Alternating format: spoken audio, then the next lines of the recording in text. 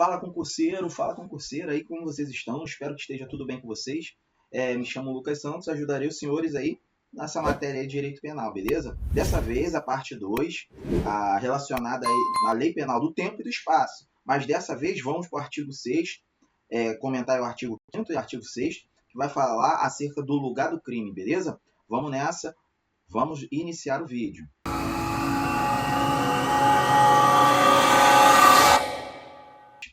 Como eu havia dito, vamos falar um pouquinho aí sobre o lugar do crime.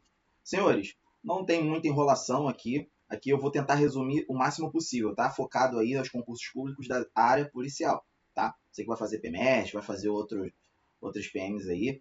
Tem também uma base aí, Polícia Civil, enfim. Porque é o beabá. A gente tem que pegar os detalhezinhos depois. Mas a parte da teoria propriamente dita, como base, a gente tem que ter em mente que tem que estar bem sólida, beleza? Considera o lugar do crime, aí, artigo 6º. Considera-se praticado lugar onde ocorreu a ação, omissão, em todo ou em parte, bem como também se produziu ou deveria se produzir o resultado. Qual a teoria adotada? A ubiquidade, beleza? Tem até um mnemônico, luta, o LU, lugar, ubiquidade, e o TA, que seria a teoria da atividade relacionada ao tempo do crime, beleza? Tem muita enrolação, vamos para o próximo slide. Territorialidade. O que seria isso? Relacionada à regra, propriamente dita, os crimes cometidos no território nacional, vai incidir o quê? A lei brasileira.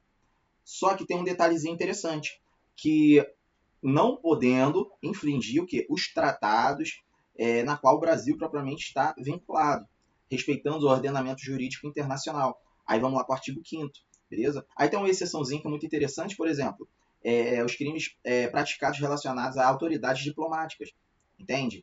Tem uma certa exceção nesse sentido. Se a provinha vir apenas essa possibilidade que a lei relacionada ao lugar vai incidir em todas as pessoas, sem exceções, não, tem exceção, autoridades diplomáticas. Isso daí só para você ter uma noçãozinha que existem algumas exceções, na maioria das vezes, quando tiver uma regra, beleza? Vamos aí para a outra exceção aí relacionada. Territorialidade, como eu já falei, relacionado a lugar aqui no território nacional, só que também tem a possibilidade da aplicação da lei brasileira ser interposta internacionalmente, relacionando assim aos brasileiros. Estaria relacionada à extraterritorialidade, que vai se subdividir de duas formas, beleza? Vamos para o próximo slide aqui.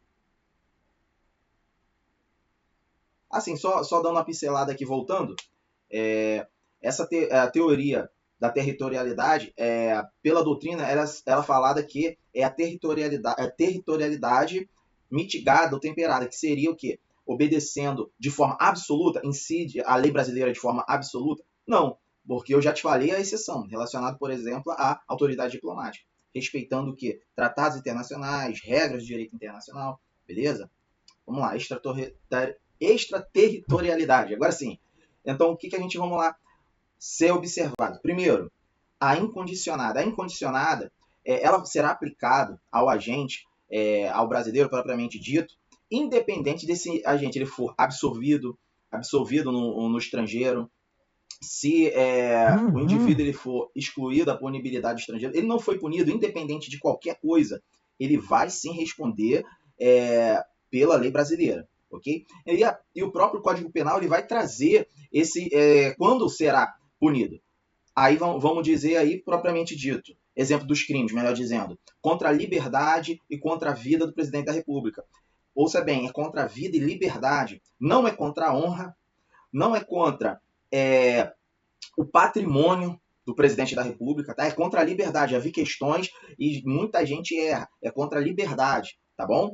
Contra a administração pública, contra a fé pública e o crime relacionado ao quê? Ao genocídio. Aí você vai falar fé pública, administração pública, em que sentido? Contra a administração direta e indireta, tá bom? Aí você já vai ter que dar uma pincelada lá no direito administrativo e saber propriamente o que seria uma administração direta e indireta, tá ok? Mas só para a critério de você já ter ciência, União, Estado, município, administração direta, empresa pública, sociedade de economia mista, autarquia, fundação pública, tá ok? Vamos para o próximo slide. Aí, a outra subdivisão relacionada à extraterritorialidade. Qual seria também? A condicionada. Essa sim, para incidir a lei brasileira, aí tem que ter essas condições, tá bom? Aí eu coloquei aí as condições. Você indo lendo e relendo, você vai decorando. Não precisa você saber todos de cabeça. Mas você já tem que saber de cara, quando cair na questãozinha da prova, o seu próprio inconsciente já vai dar o start. Não, esse aqui também. Entendeu?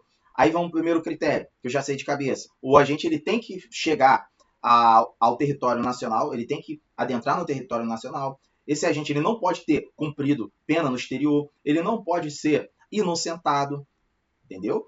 Tem que ser também crimes relacionados àqueles que o propriamente dito ordenamento jurídico brasileiro ele autorize a extradição, tá? Entre outros aí que eu já coloquei aí, o slide está super autoexplicativo, aqui é só para dar uma pincelada para você ficar tranquilão na nave, senhores, tá bom? Aí é o detalhe do detalhe, hipercondicionado. Quando vai ser hipercondicionado?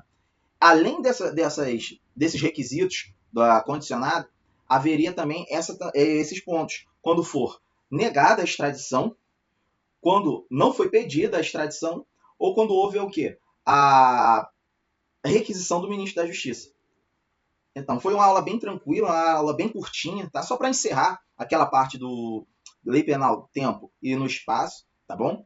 Vou colocar mais vídeos, espero que os senhores tenham gostado da aula. Breve aí, sempre vou colocar conteúdos aí. Espero que vocês curtam, compartilhem, se inscrevam. Coloque algo aí no comentário se você quiser dar alguma ideia, enfim. Tá aí, estamos aí para isso, para ajudar. Beleza, senhores? Muito obrigado, valeu!